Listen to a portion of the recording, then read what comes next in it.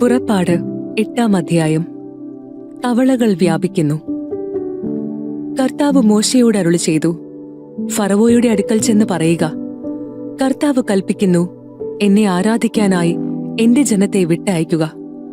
അവരെ വിട്ടയക്കാൻ നീ വിസമ്മതിച്ചാൽ തവളകളെ അയച്ച് ഞാൻ നിന്റെ രാജ്യത്തെ പീഡിപ്പിക്കും. നദിയിൽ തവളകൾ പെരുകും.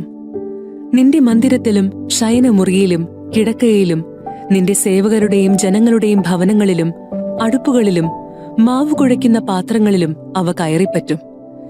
നിന്റെയും ജനത്തിന്റെയും സേവകരുടെയും മേൽ അവ പറന്നു കയറും. കർത്താവ് മോശയോട് കൽപ്പിച്ചു, അഹരോനോട് പറയുക, നിന്റെ വടി കൈയിലെടുത്ത് നദികളുടെയും തോടുകളുടെയും കുളങ്ങളുടെയും മേൽ നീട്ടി ഈജിപ്ത് മുഴുവൻ തവളകളെ കൊണ്ട് നിറയ്ക്കുക. അഹരോൻ ഈജിപ്തിലെ ജലാശയങ്ങളുടെ മേൽ കൈനീട്ടി തവളകളെ കൊണ്ട് ഈജിപ്ത് ദേശം മുഴുവൻ നിറഞ്ഞു. മന്ത്രവാദികളും തങ്ങളുടെ മാന്ത്രിക വിദ്യയാൽ ഈജിപ്തിലേക്ക് തവളകളെ വരുത്തി. അനന്തരം ഫറവോ മോശയെയും അഹരോനെയും വിളിച്ചുവരുത്തി പറഞ്ഞു, എന്നിൽ നിന്നും എന്റെ ജനത്തിൽ നിന്നും തവളകളെ അകറ്റിക്കളയുന്നതിന് കർത്താവിനോട് നിങ്ങൾ അപേക്ഷിക്കുവിൻ. കർത്താവിന് ബലിയർപ്പിക്കാനായി ജനത്തെ ഞാൻ വിട്ടയക്കാം. മോശ ഫറവോയോട് പറഞ്ഞു, തവളകളെ നിന്നിൽ നിന്നും നിങ്ങളുടെ ഭവനങ്ങളിൽ നിന്നും അകറ്റി നദിയിൽ മാത്രം ഒതുക്കി നിർത്തുന്നതിനായി നിനക്കും സേവകർക്കും ജനത്തിനും വേണ്ടി ഞാൻ എപ്പോഴാണ് പ്രാർത്ഥിക്കേണ്ടതെന്ന് അറിയിക്കുക. ഫറവോ പറഞ്ഞു. നാളെ. മോശ തുടർന്നു, അങ്ങനെയാകട്ടെ. ഞങ്ങളുടെ ദൈവമായ കർത്താവിന് തുല്യനായി മറ്റാരുമില്ലെന്ന് അങ്ങനെ നീ ഗ്രഹിക്കും. തവളകൾ നിന്നിൽ നിന്നും വീടുകളിൽ നിന്നും സേവകരിൽ നിന്നും ജനത്തിൽ നിന്നും അകന്ന് നദിയിൽ മാത്രം ഒതുങ്ങി നിൽക്കും. മോശയും അഹരോനും ഫറവോയുടെ അടുത്ത് നിന്ന് പോയി. തവളകളെക്കുറിച്ച് താൻ ഫറവോയോട് പറഞ്ഞതുപോലെ മോശ കർത്താവിനോട് അപേക്ഷിച്ചു. മോശ അപേക്ഷിച്ചതുപോലെ കർത്താവ് പ്രവർത്തിച്ചു. വീടുകളിലും അങ്കണങ്ങളിലും വയലുകളിലുമുണ്ടായിരുന്ന തവളകൾ ചത്തൊടുങ്ങി. അവർ അവയെ വലിയ കൂനകളായി കൂട്ടി. നാട്ടിൽ ദുർഗന്ധം വ്യാപിച്ചു.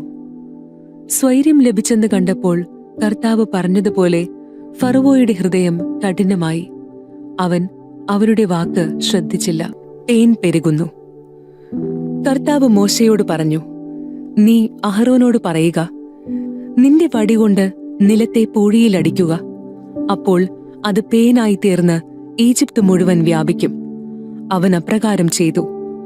അഹരോൻ വടിയെടുത്ത് കൈനീട്ടി നിലത്തെ പൂഴിയിലടിച്ചു. ഉടനെ മനുഷ്യരുടെയും മൃഗങ്ങളുടെയും മേൽ പേൻ നിറഞ്ഞു. ഈജിപ്തിലെ പൂഴി മുഴുവൻ പേനായി തീർന്നു.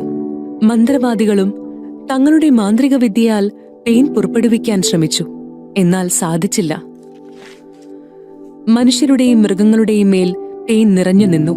അപ്പോൾ മന്ത്രവാദികൾ ഫറവോയോട് പറഞ്ഞു, ഇവിടെ ദൈവകരം പ്രവർത്തിക്കുന്നു. എങ്കിലും കർത്താവ് മുൻകൂട്ടി അറിയിച്ചതുപോലെ ഫറവോ കഠിനഹൃദയനായി നിലകൊണ്ടു. അവൻ അവരുടെ വാക്ക് ശ്രദ്ധിച്ചില്ല. ഈച്ചകൾ വർദ്ധിക്കുന്നു. കർത്താവ് മോശയോട് അരുളി ചെയ്തു, നീ അതിരാവിലെ എഴുന്നേറ്റ് ഫറവോ നദിയിലേക്ക് വരുമ്പോൾ അവന്റെ വഴിയിൽ കാത്തുനിന്ന് അവനോട് പറയണം, കർത്താവ് ഇപ്രകാരം പറയുന്നു, എന്നെ ആരാധിക്കാനായി എന്റെ ജനത്തെ വിട്ടയക്കുക. എന്റെ ജനത്തെ വിട്ടയക്കാത്ത പക്ഷം നിന്റെയും സേവകരുടെയും ജനത്തിന്റെയും മേൽ ഞാൻ ഈച്ചകളെ അയക്കും. അങ്ങനെ ഈജിപ്തുകാരുടെ ഭവനങ്ങൾ ഈച്ചകളെ കൊണ്ട് നിറയും. അവർ നിൽക്കുന്ന സ്ഥലം പോലും ഈച്ചക്കൂട്ടങ്ങൾ പൊതിയും. എന്നാൽ എന്റെ ജനം വസിക്കുന്ന ഗോഷൻ പ്രദേശത്തെ ഞാൻ ഒഴിച്ചു നിർത്തും. അവിടെ ഈച്ചകൾ ഉണ്ടായിരിക്കയില്ല. അങ്ങനെ ഭൂമിയിൽ ഞാനാണ് കർത്താവെന്ന് നീ ഗ്രഹിക്കും. എന്റെ ജനത്തെ നിന്റെ ജനത്തിൽ നിന്ന് ഞാൻ വേർതിരിക്കും. ഈ അടയാളം നാളെ തന്നെ കാണപ്പെടും. കർത്താവ് അപ്രകാരം പ്രവർത്തിച്ചു.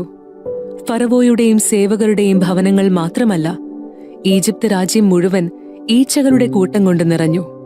ഈച്ചകൾ മൂലം നാട് നശിച്ചു തുടങ്ങി. അപ്പോൾ ഫറവോ മോശയെയും അഹരോനെയും വിളിച്ചു പറഞ്ഞു, നിങ്ങൾ പോയി ഈ രാജ്യത്തിനുള്ളിൽ എവിടെയെങ്കിലും നിങ്ങളുടെ ദൈവത്തിന് ബലിയർപ്പിച്ചുകൊള്ളുവിൻ. മോശ പറഞ്ഞു, അങ്ങനെ ചെയ്യുന്നത് ശരിയല്ല. കാരണം ഈജിപ്തുകാർക്ക് അരോചകമായ വസ്തുക്കളാണ് ഞങ്ങളുടെ ദൈവമായ കർത്താവിന് ഞങ്ങൾ ബലിയർപ്പിക്കുന്നത്. തങ്ങൾക്ക് അരോചകമായ വസ്തുക്കൾ അവർ കാണുകെ ബലിയർപ്പിക്കുകയാണെങ്കിൽ അവർ ഞങ്ങളെ കല്ലെറിയുകയില്ലേ? കർത്താവിന്റെ കൽപ്പനയനുസരിച്ച് ഞങ്ങൾ 3 ദിവസത്തെ യാത്ര ചെയ്ത് മരുഭൂമിയിൽ വെച്ച് ഞങ്ങളുടെ ദൈവമായ കർത്താവിന് ബലിയർപ്പിക്കട്ടെ. അപ്പോൾ ഫറവോ പറഞ്ഞു, നിങ്ങളുടെ ദൈവമായ കർത്താവിന് മരുഭൂമിയിൽ ബലിയർപ്പിക്കാൻ ഞാൻ നിങ്ങളെ വിട്ടയക്കാം. എന്നാൽ നിങ്ങൾ വളരെ അകലെ പോകരുത്. എനിക്ക് വേണ്ടി നിങ്ങൾ പ്രാർത്ഥിക്കുകയും വേണം. മോശ ഫറവോയോട് പറഞ്ഞു, ഞാൻ ഉടനെ നിന്നെ വിട്ടുപോകുകയാണ്.